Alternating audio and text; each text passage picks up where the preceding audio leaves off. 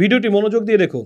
Police in charge presiding officer এবং mobile striking ফোর্সের officer আমাকে জানালো যে ওখানকার সালাম চেয়ারম্যান, বদরপুর ইউনিয়নের চেয়ারম্যান, উনি এসে বলছেন যে পুলিশের কেউ এখান থেকে মাথা নিয়ে যেতে পারবে না, আপনার এখানে কাজ করতে দিতে হবে, আমার মতো করে কাজ করতে দিতে হবে, আদারওয়াইজ কেউ যেতে পারবে না। এই কথা শোনার সাথে সাথে চেয়ারম্যান সেখানে ছিল না, আমি লোকজন পাঠাইছি যে চেয়ারম্যানকে নিয়ে আসো, তার সাথে কথা বলো।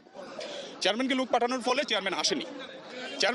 তখন চেয়ারম্যান আরেকজনের টেলিফোনে আমার সাথে কথা বলেছেন এবং টেলিফোনে আমি ওনাকে জিজ্ঞেস করলাম আপনি কি ভোট দিয়েছেন? হ্যাঁ দিয়েছি। তো তাহলে আপনি আজকের জন্য শুধু একজন ভোটার, এর বেশি কিছু নন। আপনি ভোট দিলে ভোট দিয়ে চলে যান, আপনি কারো ভোটে ডিস্টার্ব করবেন না, আপনার ভোটেও কেউ ডিস্টার্ব করবে না। এই কথা বলার পরে উনি বলতেছে যে আপনি কি আমাকে থ্রেট দিচ্ছেন?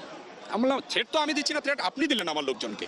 আপনি বলছেন যে পুলিশের কেউ মাথা নিয়ে যেতে পারবেন না। তো বলছেন আপনি কি, আপনার নাম কি, পরিচয় কি, আপনি থাকেন ওখানে, আমি আপনাকে দেখাচ্ছি। এই কথা বলার সাথে সাথে আমি আমার পুলিশ সুপারকে জানাই।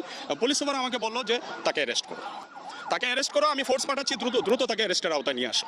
সাথে সাথে আমি র্যাব কল করলাম, বিজিবি কল করলাম, তারাও পৌঁছালো, আমার ফোর্সের সংখ্যাও বাড়লো এবং তাকে যখন অ্যারেস্টের প্রিপারেশন নিচ্ছি যে তার বাড়িতে রেড দিয়ে, আশেপাশে রেড দিয়ে তাকে অ্যারেস্ট করবো, সঙ্গে সঙ্গে শামীম ওসমান সাহেব আমাকে ফোন দিল যে আমি সংসদ সদস্য শামীম ওসমান বলছি। তো উনি বললো যে তুমি আমার চেয়ারম্যানকে অ্যারেস্ট করার প্রিপারেশন নিচ্ছ কেন? আমি আপনার চেয়ারম্যান কেন্দ্র দখল করতে আসলে আমি অ্যারেস্ট করতে নিব না, আর আপনার চেয়ারম্যান কিনা এটা তো দেখার বিষয় না।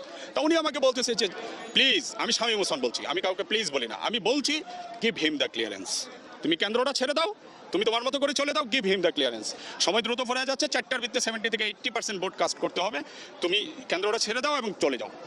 আমি বলছি আমি পারবো না, আমি ইলেকশন কমিশনের আন্ডারে, এখন এটা আমি নৈতিকভাবে তো করতে পারি না, আর এখন আমার চাকরি ইলেকশন কমিশনের আন্ডারে, আমি এখানে নির্বাচনী দায়িত্ব পালন করতে আসছি, প্রজাতন্ত্রের চাকরি করতে আসছি।